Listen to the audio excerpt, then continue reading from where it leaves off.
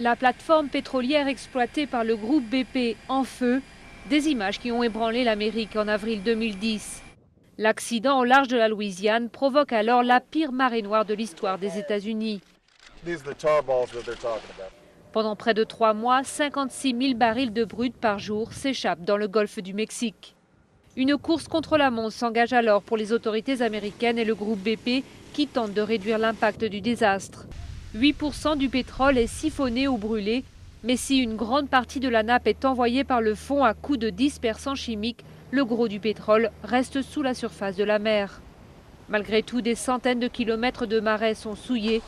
Un cauchemar pour l'environnement, mais aussi pour l'économie locale. Un tiers des eaux américaines sont interdites à la pêche et les forages en mer sont temporairement suspendus. 87 jours et près de 5 millions de barils de brut plus tard, BP réussit enfin à boucher le puits. Un an après, la région tente de se relever. Le nettoyage continue sur 400 km de côte. Le groupe BP a débloqué 20 milliards de dollars de dédommagement, trop peu selon certains habitants, pour qui ça ne suffira pas à réparer les dégâts à long terme. Aujourd'hui, les forages ont repris et dans la région, beaucoup espèrent tourner la page. Pour les chercheurs néanmoins, il faudra attendre plusieurs années avant de connaître les effets de la marée noire et des dispersants chimiques sur les poissons et la faune en général.